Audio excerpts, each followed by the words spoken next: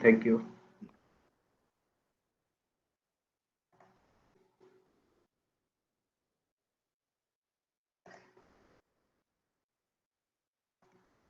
If this first slide is visible, No, sir, slides are not visible.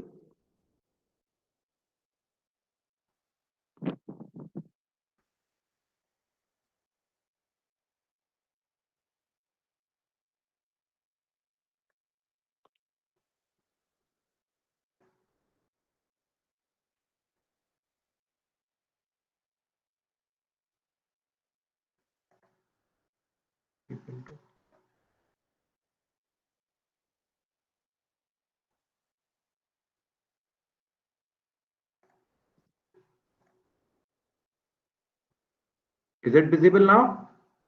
Ah, yes, sir, visible, sir. Okay, okay, okay. So first of all, I would like to thank Professor Vijay Pratap Singh for organizing this faculty development program on smart technologies and communication protocols in power system. As far as this FDP is concerned, this FDP is basically catering the need for the present day requirement in the smart and microgrid technologies. So I would like to congratulate him because of he has done a lot of the hard works for arranging, organizing, and inviting the persons for this FDP. So before starting the this presentation, would you please let me know that regarding the audience, Sir, regarding the audience, they are faculty members yes, or sir, they are faculty, yes, sir, some students also, sir, also there. okay, okay, okay, okay, and all are from electrical engineering department Ah, mostly. yes, sir, mostly, sir. Okay, okay, okay. So that's why it is needed so that I can control my pace and the coverage of this presentation. This presentation is basically based on the optimization of the induction generator performance for small capacity hydropower generation. As far as this topic is concerned, this topic is having a great value and broadly divided into the two aspects. First one is that the present scenario of renewable energies and the utility of the induction generator for this application. And in the last part of this presentation, we will cover a one uh, analysis of the induction generator for a performance optimization.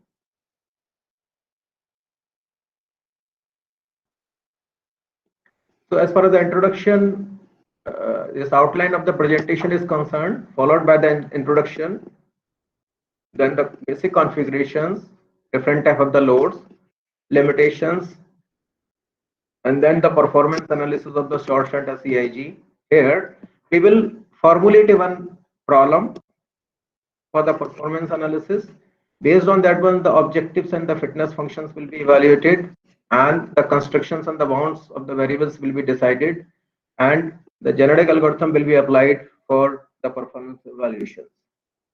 And these optimization will be applicable for the two case studies. One is for the source and SEIG feeding static load, and second one is for SEIG feeding induction motor load. And last one of this presentation, we will deliberate over the setting of the GA parameters and the conclusion. As we know that energy crisis in the day-to-day environment and moreover the commercialization will cause a lot of the attention for the renewable energy resources. Reason is very clear that the fossil fuels are limited and they are having a lot of the adverse impact on the humanity. So that's why the trend is moving for renewable energy resources. As the government is also supporting, a lot of the NGOs are there which are also supporting for, and a lot of the research is going in that direction. We know that broadly we are having depending upon the potentials in our country, we are having a wind and solar and the small hydros, etc. potentials. Now, another important thing is that why this renewable energy resources are being accelerated. That is that challenges of extending the national grid to remote locations are another challenges, and because of that one, the stand-alone generating units are preferred. The standalone generating units are basically non-grid uh, units which are not connected to the grid because of the so many regions that the proper grid is not available over there, and moreover a lot of the strong candidates are there, but as far as strong candidate for harnessing the small hydro and the wind potentials.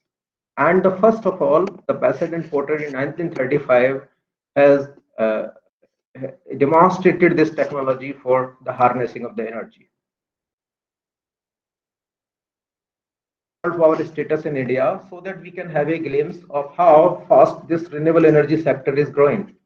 As far as this is the figure of 2015, March 2015, out of the 263 gigawatt, the renewable energy capacity was having 34.35. That is around 13% of the installed capacity was of renewable energy resources.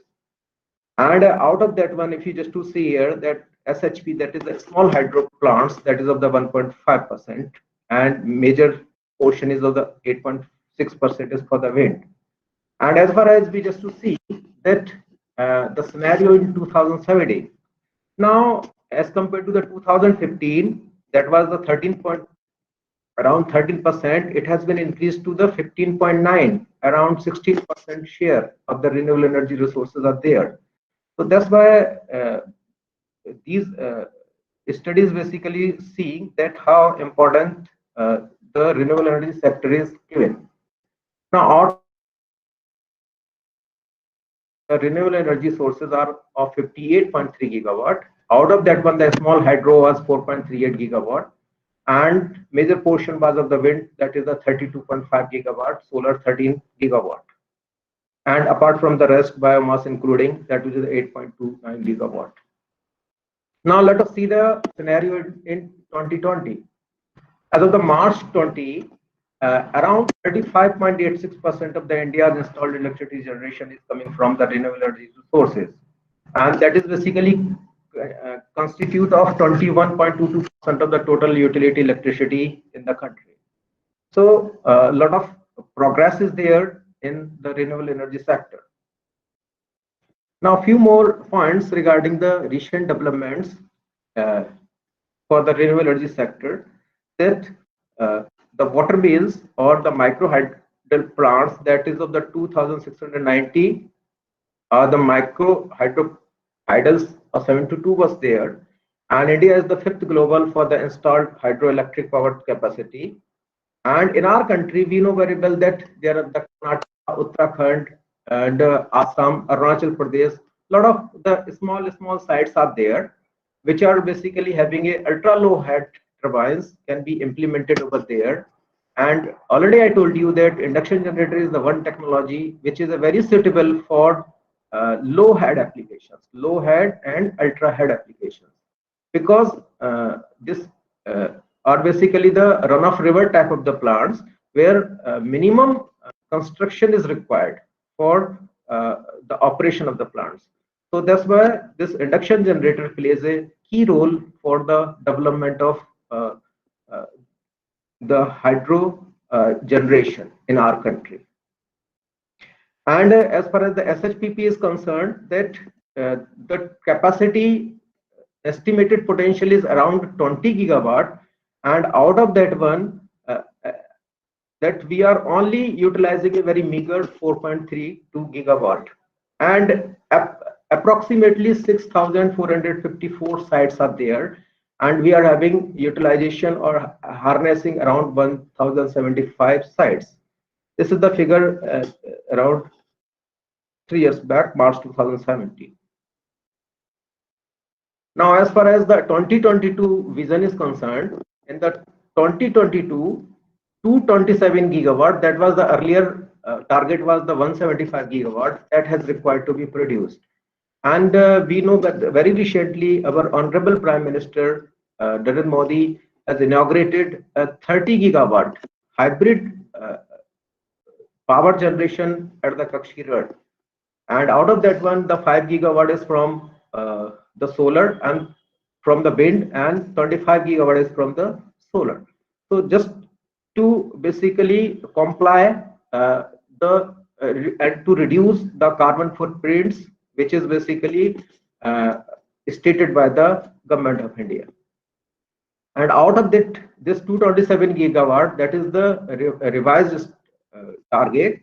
113 gigawatt is produced through the solar power, and the 66 gigawatt is from the wind power, 10 gigawatt is from the biomass, and 5 gigawatt is to be produced from the small hydro potential, and so on.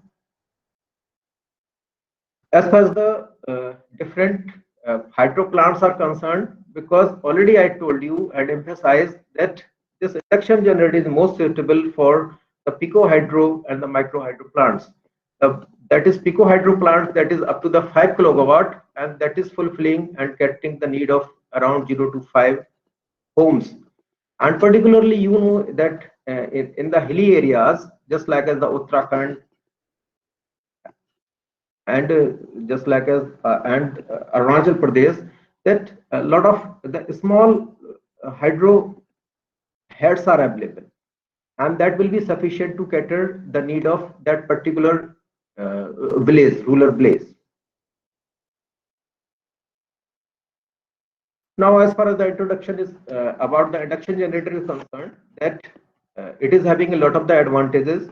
Most of some of you who have done the work on the induction generator, they know very well that it is basically a squirrel cage induction machine, and the few advantages are that the operational simplicity, brushless and rigid construction, less maintenance, lower unit cost, good dynamic response, self-protection against faults, and the ability to generate power at the variable speeds. So they are the few advantages, and because of these advantages, this is preferred for the small capacity as compared to your synchronous alternator. As far as the application area of the induction generator is concerned, broadly, it has the 3 application areas. The first one is that the emergency power supplies, where it can cater to the hospitals, libraries, telephone exchange, railway booking, and the signaling, etc. And for a small power generators category, it can cater for the remote and isolated places to feed lighting and the heating loads, and the domestic appliances, and the small agriculture appliances. And in the third category, when induction generator is considered as a portable source of the power supplies, it can have applications in the decorative lighting for projects and at construction sites, and the battery charges and in vehicles such as the tractor and buses. See, this is basically the basic configuration of the induction generator. Here, 3-phase delta connected squirrel cage induction machine is driven by a suitable prime mover, and a suitable capacitor bank is connected, which is only the source of reactive power which is required for generation at the terminals, and a suitable load is there. And as far as the voltage which is generated at the terminal voltage, which is a factor of your how much is the capacitor in the capacitance bank. Second one is how much is the prime mover characteristics, and certainly how much is the load, because we are having only one bank of the one bank of reactive power, and that is basically fulfilling the reactive power to the machine as far as the load. So these are the 3 important parameters on which this voltage depends. See this slides. This slide is basically an important slide, and who are wish to work on the induction generator technologies, they can see here that the 3 characteristics are there. This dark line is for the resistive load, and this one is for 0.9 power factor RL load, and the upper one is your 0.8 factor RL load. So this is basically very clearly indicating that as the value of the capacitance is increasing, right, as the load is increasing, which is on the x-axis, to maintain the terminal voltage, the value of the capacitor required has to be gradually increasing. So here at the no load condition, around 16 microfarad capacitance is required. Now, when we are increasing the load to the point around the 0.8 per unit, now for maintaining the terminal voltage, rated terminal voltage, the capacitance requirement will be increasing from 16 microfarad to around 22 microfarad. Is it? So similarly, if you just to see the 0.9 power factor RL load, then from the no load, that is around 16 microfarad, to at the same up to the say around 0.8 per unit load, it is increasing to the 36 microfarad. So that's why it is clear that for maintaining the same terminal voltage, the amount of the capacitance required for the resistive load is lesser as compared to the inductive load. Now, as far as the load is concerned, so being electrical engineering, we know very well that broadly we are having a two categories, that 3-phase and the single phase loads. In the 3-phase category, you are having a 3-wire load and the 4-wire load. 3-wire load could be a linear load or the non-linear load, right? Or linear load can be again further classified into the static and the dynamic load, and the load could be a balanced or unbalanced load. So this is the similar classification will be available for the single phase category. Similarly, for the 4-wire applications where the neutral is also available, now it could be a linear or unbalanced nonlinear load, or similarly linear. This is the balanced nonlinear load. Similarly, unbalanced could be there. Now, just to see the limitations of the induction generator, then after we can proceed here that at this moment the induction generator technology is not fully commercialized. Reason is very clear, that one is it is having a poor voltage regulation. Right? What does that mean? That if you are loading the generator from the no load to full load condition, then certainly the voltage drop will be there, and that voltage drop then certainly it is required to be matched. So that's why the poor voltage regulation or the poor voltage drop is one of the major bottleneck for the commercialization of this induction generator. Another important thing is that the frequency drop. The thing is that if suppose we are increasing the load and we to see the pattern of the frequency on the y-axis, it is having a drooping characteristic, even it is run by a constant speed prime mover. So that's why the poor voltage regulation and the poor frequency regulation, they are the two major problems or the limitations of the induction generator. So that's why several attempts have been made for improving the voltage regulation and also improving the frequency regulation. So some of the, you can say, attempt also made by the authors in this direction. Now, depending upon because in the last 2 decades, a lot of the works was going on in the direction of the induction generator regarding improving the voltage regulation. Because we know that nowadays the loads are basically a very voltage sensitive loads are there, just like as we are having a computer, we are having you can say television, right? So that's why these are basically the non-linear loads. So they are basically requiring a almost constant voltage. If the voltage fluctuation will be there or the voltage dip will be there, then in that case their performance will be deteriorated or the malfunctioning will be there or these equipments will be damaged. So that's why a lot of the efforts have been going in the direction to improve the voltage regulations. In one of the paper, I have proposed this voltage regulating schemes based on the type of the compensation is there. Because we know that the compensation could be made through the shunt or it could be made through the series.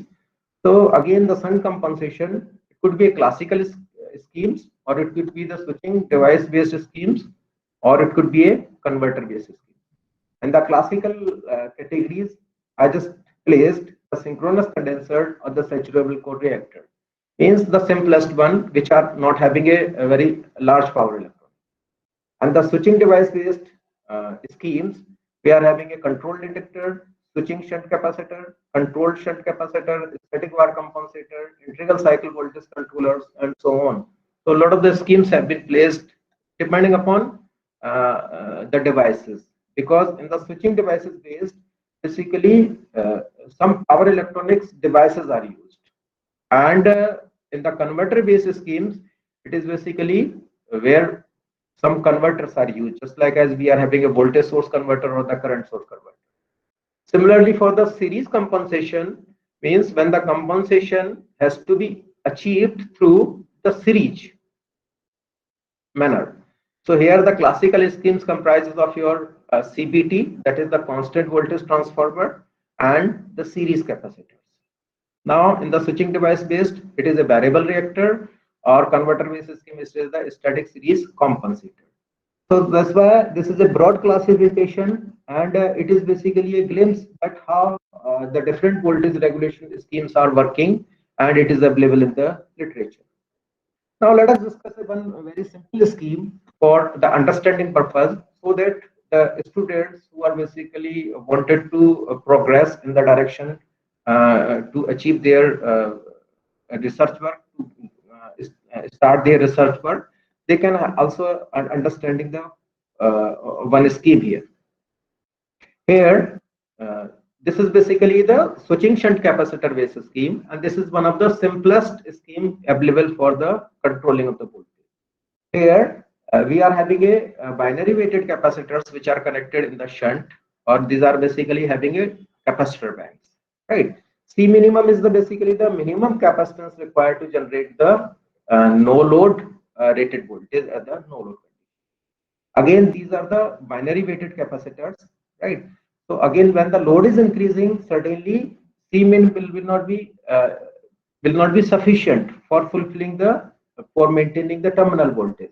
So that's why we have to operate these capacitor banks in the binary weighted mode. Just like as we are getting for the 3 capacitor banks, we are getting all you can say the capacitors from 1 to 7. Just like as or if you want to if you want to get the 3C capacitance, we have to basically switch on the first and second, and 3/4 is available at the third, directly switching on the third, and 5C will be obtained by switching the first and the third. So that's why just with the help of some you can say the suitable controllers, we can design the switching sequence to obtain a very close voltage regulation. But the thing is that what are the problem associated with here? That where we are switching the capacitor, certainly the transients will be there. The starting transients will be there, and with this scheme, we are getting voltage in the steps. Right. So they are the basically the few disadvantages, and the advantages will be there that there will not be any power electronics available. So that's why the nonlinearity will not be coming into the system, right? So, and this is also one of the cost-effective solution. Let us discuss another important thing, that through the series compensation. The series compensation SEIG configurations are broadly classified into the 2 categories. One is your short shunt SEIG, and second one is your long shunt SEIG. In the short shunt SEIG, the series capacitors are placed between the shunt capacitance bank and the load. And in the long shunt SEIG configuration, the shunt capacitance bank is in between the series capacitance and the load. So they are the classical topologies of the induction generator, and a lot of the works have been gone because this is the simplest one to achieve a voltage regulations. But the main problem is that that they are basically the simple, cost-effective, and suitable for resistive and resistive inductive load. But they are certainly not suitable for the dynamic load because of the problems associated, just like as the SSR.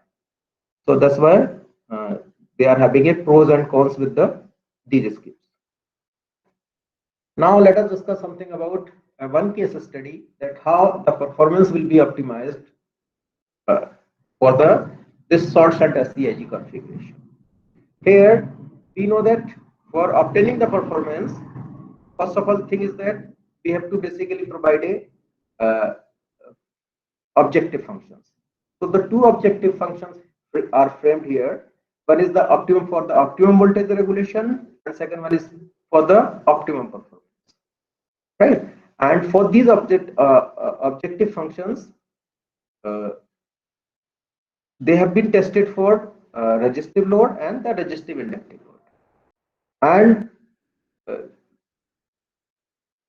these basically objective functions along with the constraints and inequality constraints have been handled using the optimization, that is the genetic algorithm. And these simulated results are also validated experimentally, because until unless you will not validate your results, simulated results, then certainly you will not have a validity of the results. As far as for the analysis purpose, we know that certain assumptions are there so that we can formulate the problems. So the four assumptions are taken into the consideration. One is the core loss of the machine is neglected. So if we are neglecting the core loss of the machine, then what will be the impact there? The impact will be certainly in terms of the shunt branch. In the shunt branch, the RC will not be there for the equivalent circuit. And the magnetic saturation affects only the magnetizing reactance. And if you just to see carefully, the equivalent circuit of the induction motor having the leakage reactance, stator winding leakage reactance and the rotor winding leakage reactance, apart from the main magnetizing reactance. So this is another assumptions. The third one is the effect of the frequency and the temperature on the resistance is ignored. Otherwise, the analysis becomes too complicated. The fourth one is the effect of the MMF space and the time harmonics and induced voltage is neglected. Right. This is again used for making a procedure simplified. So this is the circuit that we are in the experimentation work which we have conducted. The synchronous motor is there, which is mechanically coupled with the induction motor, which is worked as an induction generator, and the shunt capacitance is there, and the series capacitors are there, and which are feeding R and RL load. This is the schematic of the short shunt SEIG. As far as the problem structure is concerned, and if you just to see that three impedances are there, if you just to see the left part of here, the equivalent circuit, this is basically indicating the rotor side, RRF divided by F minus U, JFXLR, JFXM. So this is basically the rotor side, this is the magnetizing branch, and this is the stator side, GFXLS RS. F is here is the per unit frequency, U is the per unit speed. And this is your the shunt capacitance which is connected in the short shunt configuration, right? And this is the series capacitance. And we are having a load, and this is the general load that is having a RL plus GFXL. Now let us discuss in detail about the problem structure which we have considered here. And if we just to see here carefully that we are having a parameters of this optimization problem, that is your shunt capacitance CHS and the series capacitance CES, right? And the third one is your nu, that is your per unit speed of the prime mover. So they are basically the three parameters of this optimization problem. And this so the objective here is to obtain the value of CHS and CES at a specified speed for the optimum voltage regulation and the optimum performance, right? So here the formulation will be based on objective and fitness function, constraints, bound-on variables, and the optimization methods. As far as the objective function is concerned, the voltage regulation is defined here is a little bit different as we are defining for the transformer. Here the voltage regulation is defined as the sum of the square mismatch between no load voltage and the rated voltage from n is equal to 0 to NPR, from no load to the NPR is the rated power point. Here what we done, that the machine is basically the 5.5 kilowatt machine, right? In this 5.5 kilowatt machine, now 100 load points have been decided, right? So each load point is basically comprises of 100 watt. So 55 load points will be there, and each load point we are having a 100 watt. You can see the change is there from the power. Similarly, the fitness function will be defined for this objective function 1 upon 1 plus of Ej, because it has been made as a maximization problem. Another objective function is there, that the optimum performance. For this performance, actually this objective functions which we had planned, which we had thought that apart from the voltage regulation, there must be some addition, weighted addition of the power will be there. So this is a new objective function which we had defined in one of our paper, and this is nothing F2, that is the second fitness function, that is the summation of weighted voltage regulation and weighted loadability. So two objective functions have been taken here. One is for voltage regulation and the other one is for loadability. As far as the constraints are concerned, for the self, we have taken here is the equality constraints as well as the inequality constraints. Now for the self-excitation, we know very well that the magnetizing at the nth point reactance should be in between the minimum value and the maximum value. Similarly, the per unit frequency should be, and here is the nth point, nth load point is between the minimum and maximum frequency. Here, the minimum reactance, magnetizing reactance taken as the 0.1 per unit, which is basically showing into the deep saturation. Actually, the machine was having a no load magnetizing reactance, it is around 3.48. And this is the unsaturated magnetizing reactance, that is the XM max. Similarly, F max and F minimum are taken as the nu per unit and 0.95 nu per unit. Now the next function, inequality functions, which we taken as the IS max and VS max.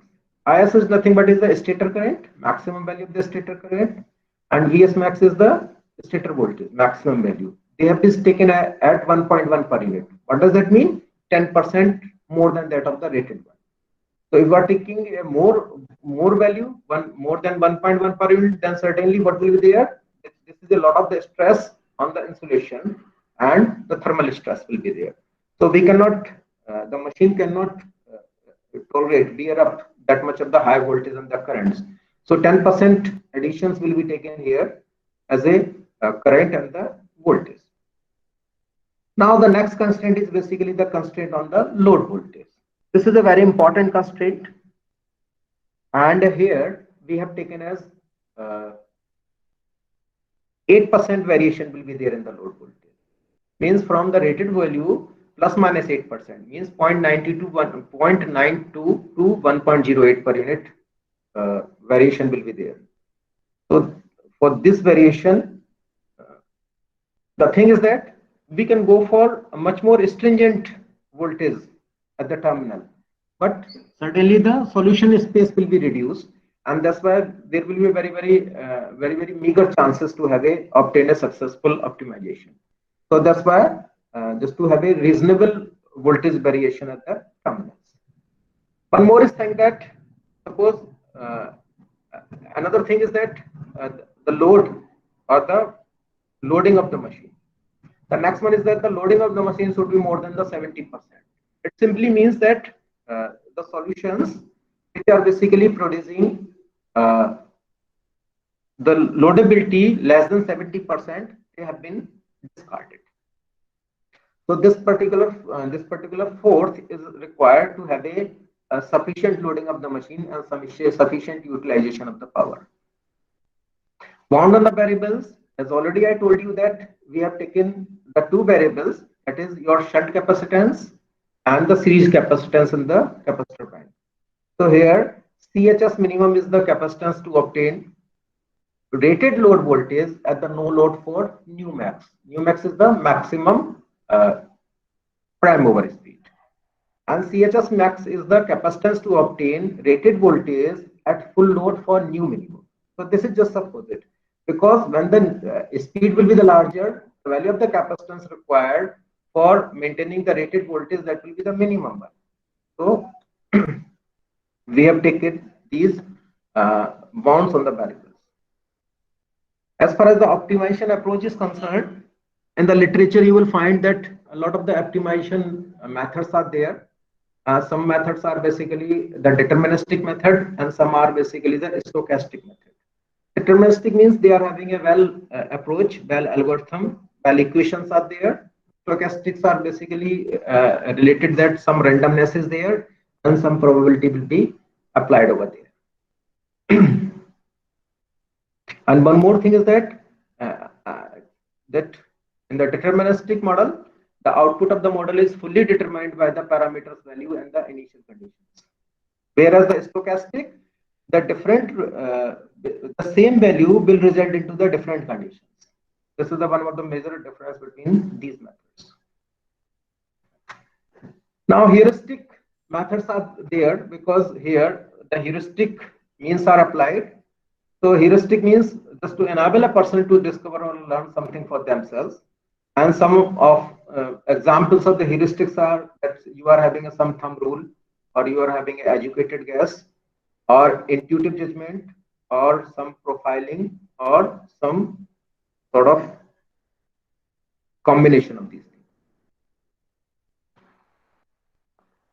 Now,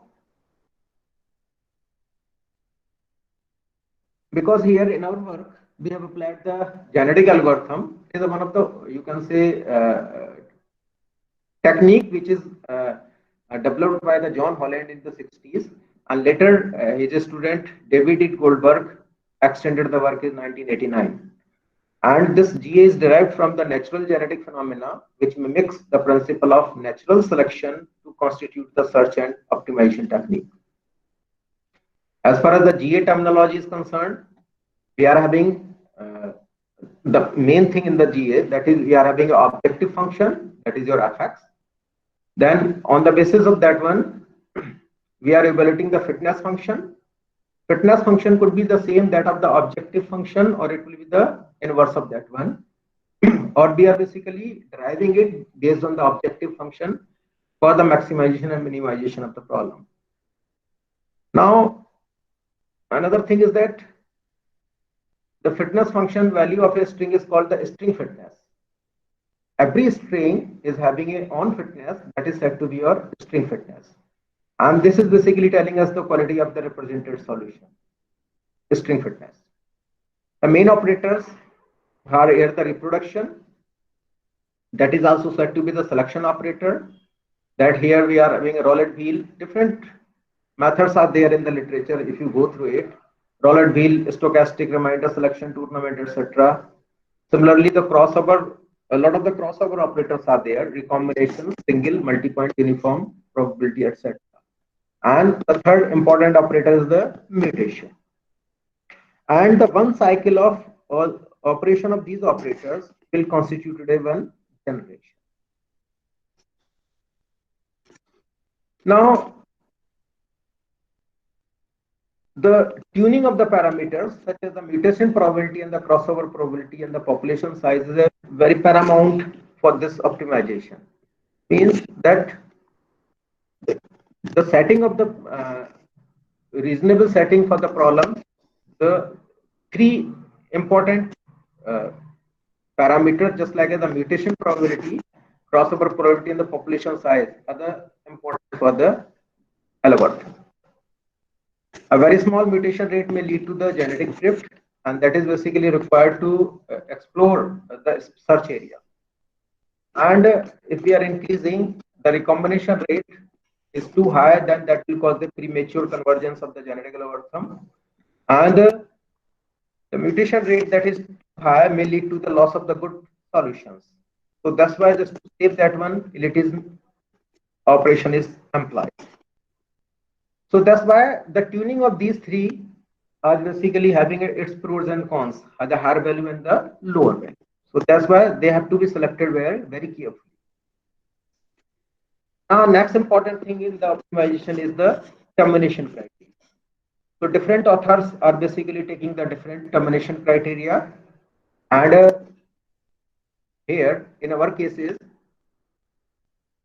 the termination criteria which is basically available, that a solution is found that satisfy the minimum criteria, means for a certain optimization problem you have set a minimum, right? And if you are getting a solution beyond that one, you can terminate from the program. Next one is the fixed number of the generations reached. Here in this criteria, you are basically fixing the maximum iterations for the program. Or the criteria could be the allocated budgets, means the computational time and the memory reached. The next one is the highest ranking solutions fitness is reached or has reached a plateau such as the successive iteration no longer produce better results. Means your fitness is not changing for a number of times, then you can assume that your it is the time to terminate from the program. So, or the authors can take a combination of more than two the termination. So different, you can say, as far as differences there with the GA versus the traditional method, because we know that the GA is normally working on the string coding of the variables, so it can very well discretize the search space, which is certainly not possible for the traditional methods. And another important thing is that the GA doesn't require any auxiliary or the gradient search direction, because these operators are sufficient to explore the search space. Similarly, as far as the drawbacks of the GA is concerned, that it is not fit for the complex problems, and similarly for the multimodal problems, because the fitness evaluation will be many more times, so that's why the complexity will be increasing.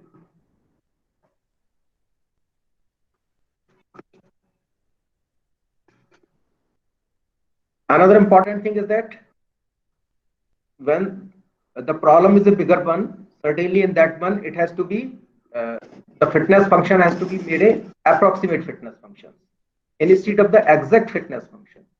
The reason for that is that one, that we have to basically minimize the resources. So that's why the approximate fitness function can be computed.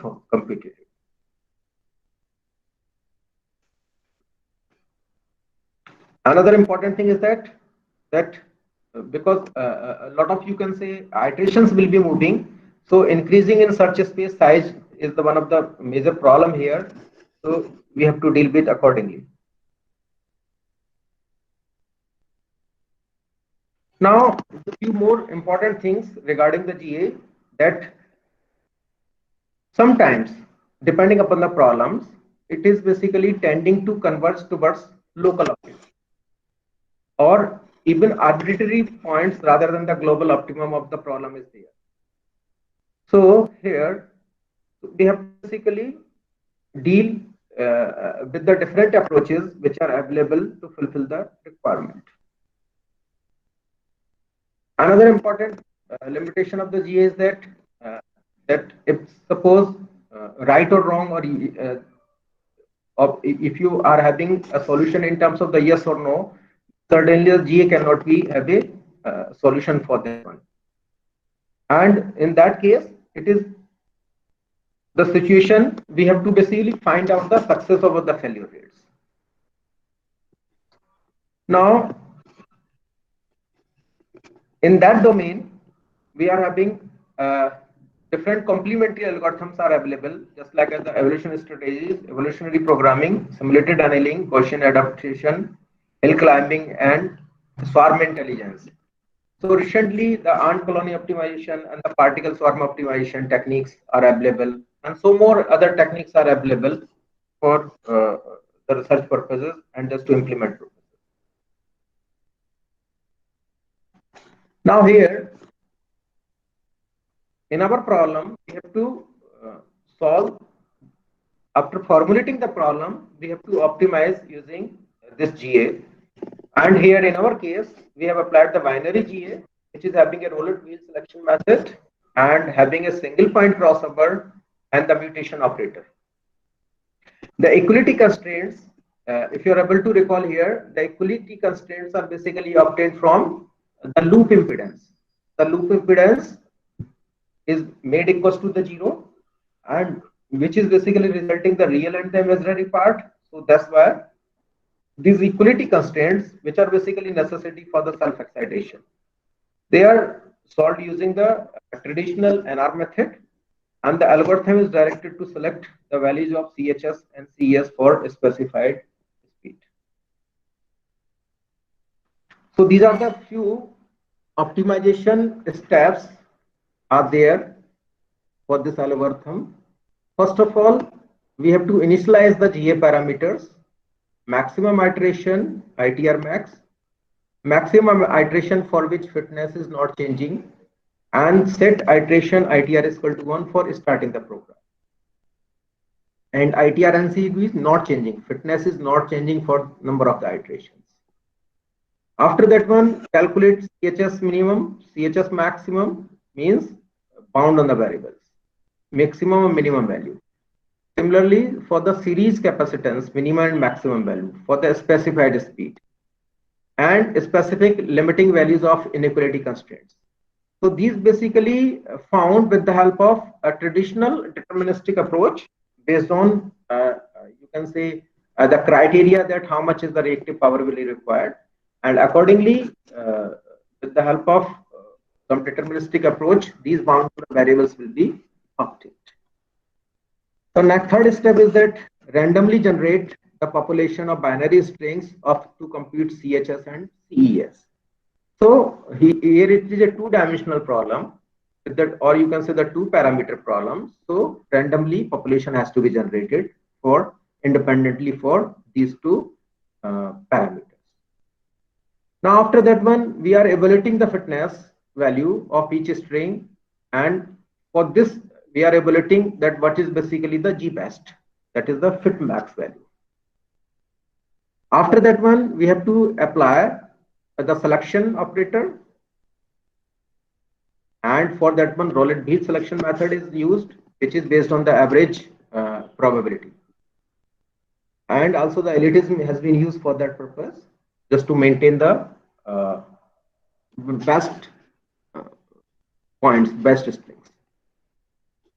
Then after next operator, the crossover operator is applied here, where the two strings have been taken from the pool, and based on the crossover side, which is generated randomly, now the new office strings have been obtained. Now on the office strings, we are performing the mutation operators for each bit of the office strings generated through crossover. Then after we are evaluating CHS and CES and compute the fitness for the office strings. Now increase the iteration number, and again we are basically changing the G best. If there will be fit max will be equals to the G best, then not changing fitness will be equals to +1, or otherwise we are increasing the going to the next iteration. So when ITR NC will be less than ITR NCV and SM, then we are basically interrupting from the programs. Now for the verification purpose, we need a one coupled machine. The left hand side is basically an induction machine which is coupled through a prime mover. Here in this case, the prime mover is a synchronous machine, right? And for the loading purpose, we are having, you can say, the bulb load and the reactive loads, and the front panels which you are seeing here in the right hand side, it is basically the capacitor banks. Here, these capacitor banks, one is connected in the series and the other is connected in the shunt.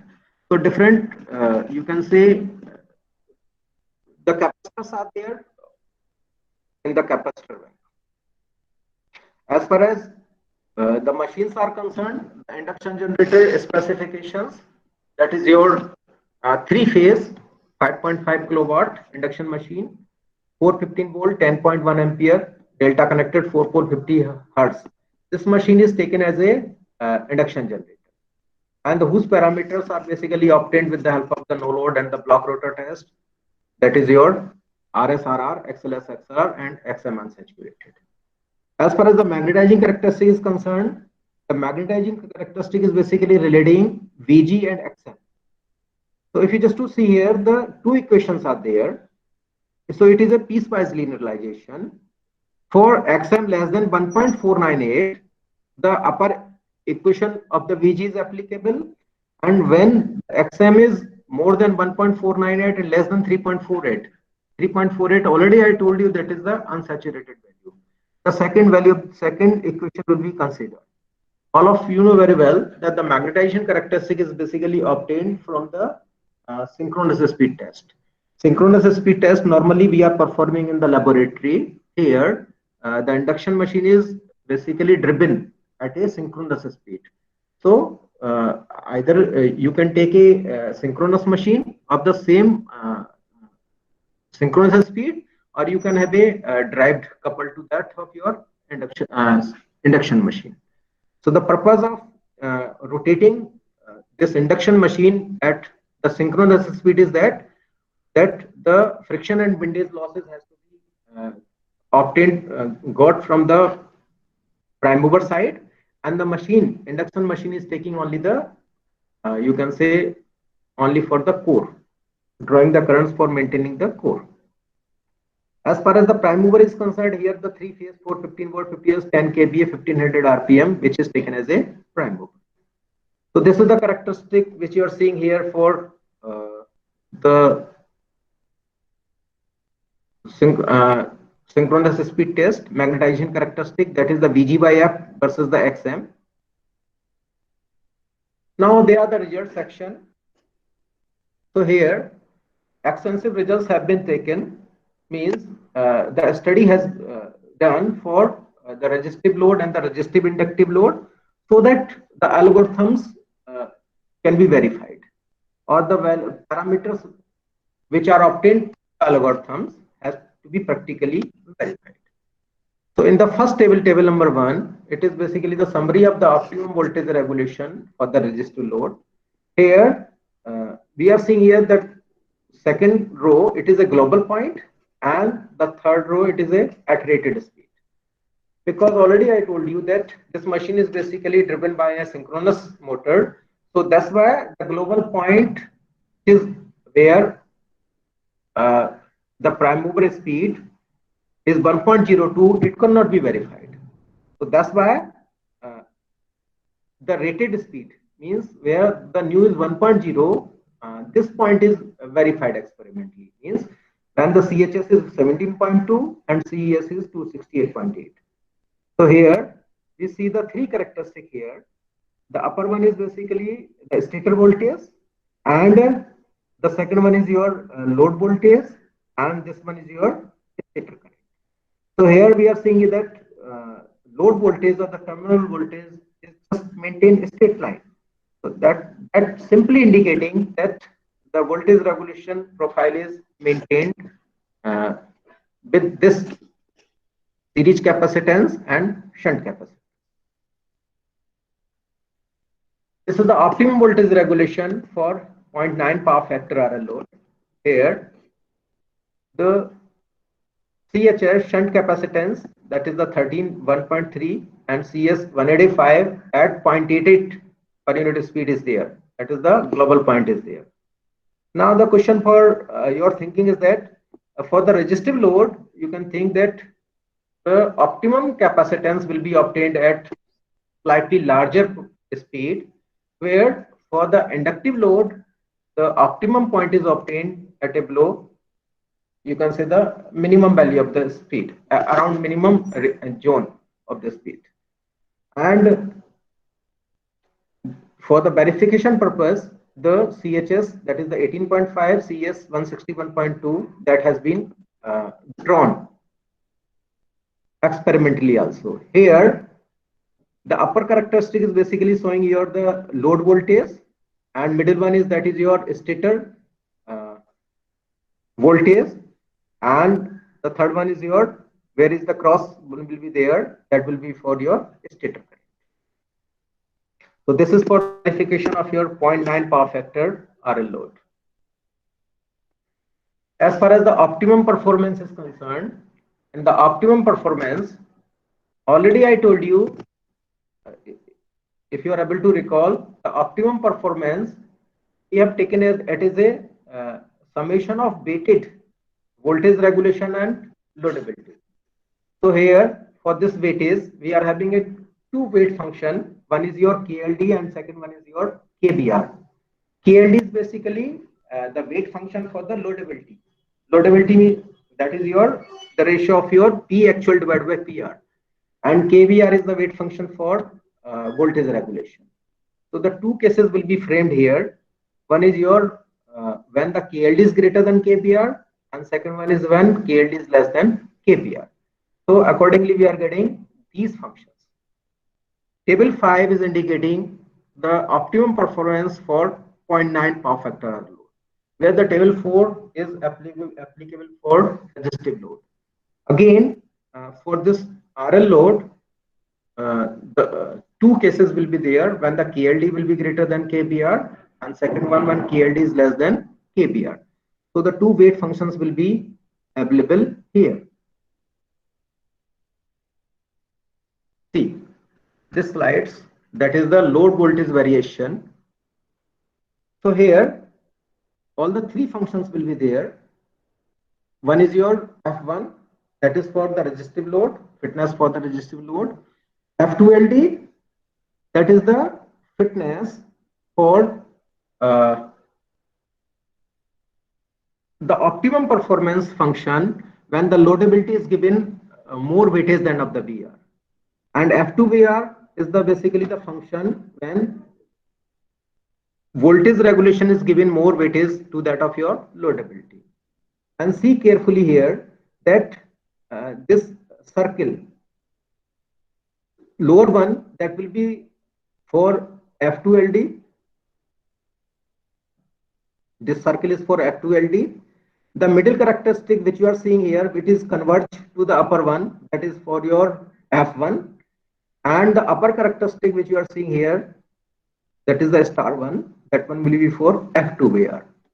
And from here, you can see very carefully that F2VR and F1, they are basically converges at a slightly points, right? So it is basically proving here that because F2VR means we have given here is a more weightage to the voltage regulation. So that's why they are basically converging here as compared to the third one, F2LD, that is your loadability. So these characteristics are drawn for the resistive load. Similarly, we are having these characteristics for the 0.9 power factor RL load. Here, if you are identifying here clearly that the circle one, that is your F2LD. F2LD is there, and this rectangle, that is your F1, right? So F1 means that is for simple voltage regulation characteristic is there. Now case 2, when induction generator is feeding with the induction motor load. Here, see here that here the induction generator which is feeding your motor load. In the motor side, your parameters are basically indicated by suffix M, just like as RSM, that is your stator resistance of the motor. Similarly, and this middle one is your shunt capacitance, which is connected here. So for the induction motor load, basically the problems here is that because here it is having a one variable resistance, that is your RRM F by F minus nu. So here, for until unless we are not able to calculate the speed of the motor, then we cannot further evaluate the equivalent circuit. So that's why the modeling of this induction motor load is a slight bit difficult, and it is basically in the two steps. One is the calculation of the induction motor speed for a given output. Means here you are having a induction motor supply, induction generator supply, which is feeding the motor. So for this one, what we done here, that sorry, we are basically applying the Thevenin here, and we are obtaining the simplified equivalent circuit. For this equivalent circuit, for a given power P0, we are calculating, making a quadratic equation in the speed, that is the A nu m square plus Bm plus C. So when for these ABC coefficient, when we are solving this one quadratic equation, then we are getting the speed. Once the speed is known to us, now it is very simple. So when the speed is known, because this is the prime mover speed and this is the speed of the motor. So once the speed of the motor is known to us, then certainly this motor equivalent circuit can simply be reduced to a RL equivalent circuit. That is having a RLE, that is the equivalent resistance, and GXLE, that is your equivalent reactance. So if we just see carefully that this equivalent circuit is very, very similar to that of the case which we have taken for the RL load. These are the results of your optimum voltage regulation for induction generator feeding induction motor load. Here, our parameter is the CHS and the nu, because here instead of the CES, we have taken a parameter as the nu, and we are getting the best fitness for voltage regulation is at 48.64 at a 0.938 speed. Now for the experimentally verification, it has to be verified at the 47.2 microfarad shunt capacitance at a 1 per unit speed. These are the performance characteristics of induction generator feeding induction motor load. Here you are seeing the numerous 5 characteristics, and we can identify very clearly here that the upper one is your Vs, that is the stator voltage. Here we are basically the characteristics, which is a speed of the motor, right? Now this third characteristic, which is having a daughter circle, that is your stator current. Now sorry, this star is basically having a motor characteristics, and this is your power factor. So all these characteristics have been verified experimentally also for this proposed algorithm. Another important thing here in the GA, that we are having a 3 parameters. One is the population size, and second one is the crossover probability, and third one is the mutation probability. So the thing is that in one of our paper, we got a reverse comment that we have taken here the PS50, right, and PC 0.8 and PM 0.01. So the comment was that they were asking that why you are basically setting these parameters, why you have taken these parameters. So just to handle the answer of the reviewer, we have just gone for one method, that is your Taguchi method. Taguchi method is basically a very familiar method for mechanical and industrial students and the researchers. They are basically setting the experiments with the help of the Taguchi method. In that Taguchi method, we are considering here is the 2 set of the values, right, for the fitness function. So here the 2 values are considered. One is your high value and the low value. For the higher value means the high side of the population, PS150, low value, that is, so that we can see the difference. And we take the PS2, that is the 6. So for each of the PS, PC and PM, we have taken the high side value and the lower side value. After that one, how many tests will be formed with these 3 values?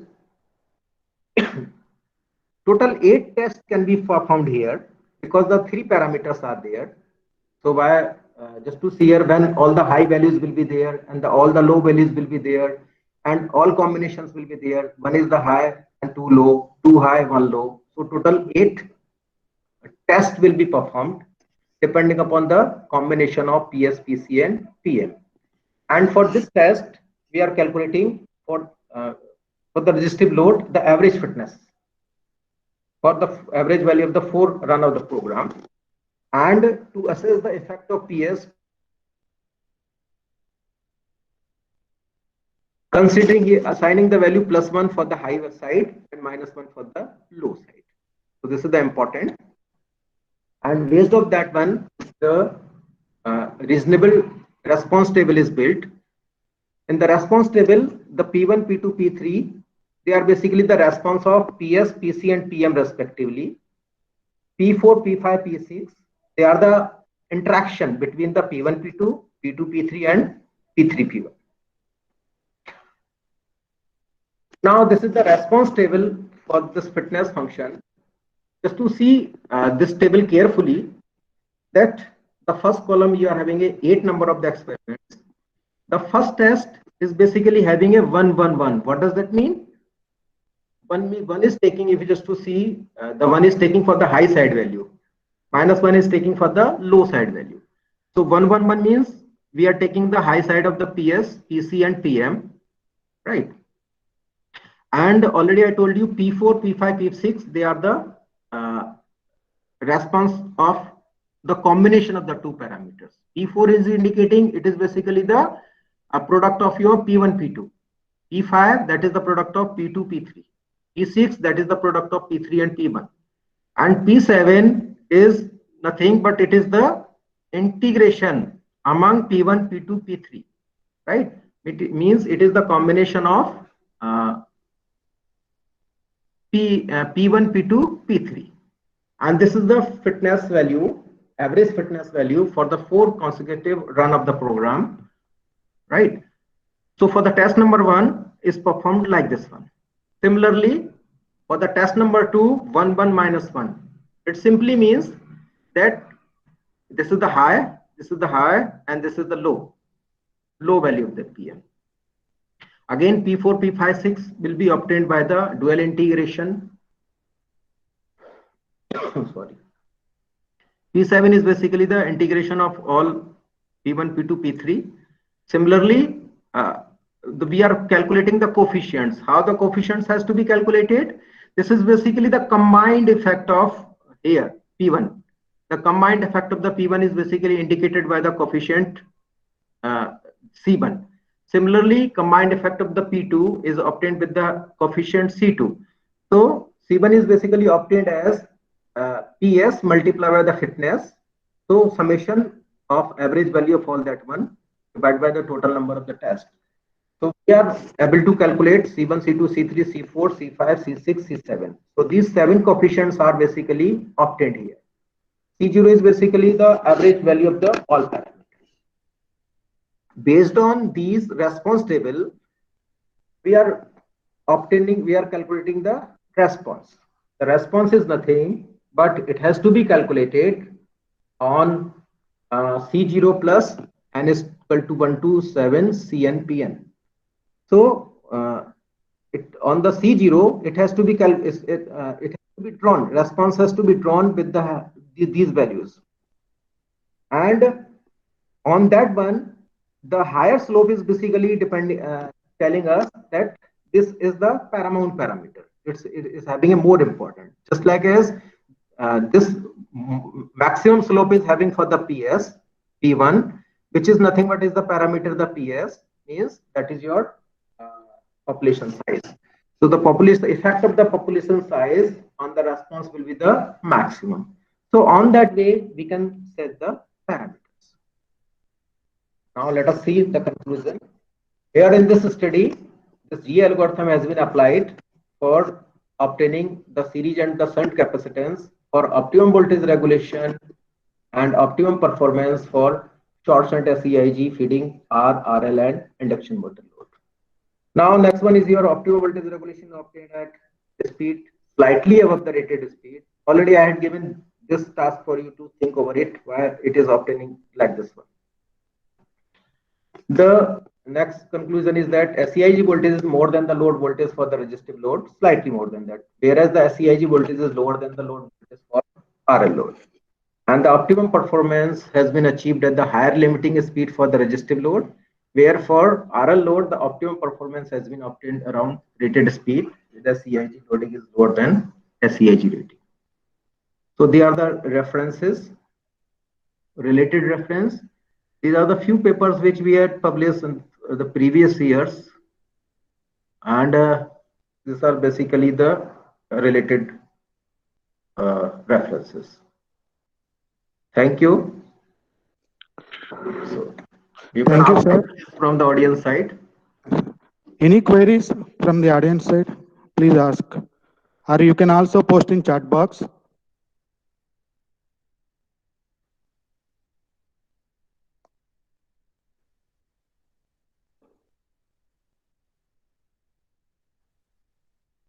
Because this is basically one of the emerging field.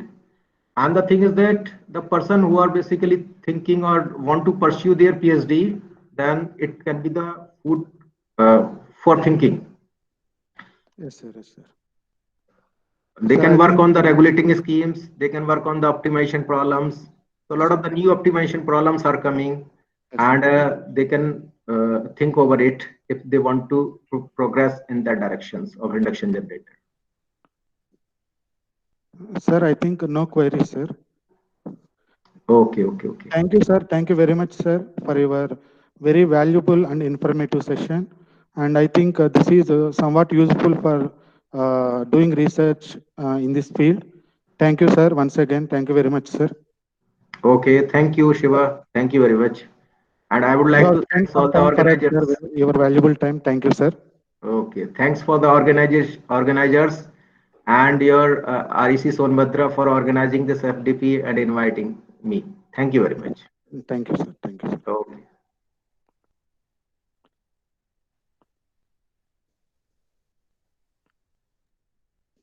So, dear participants, so today's sessions are complete.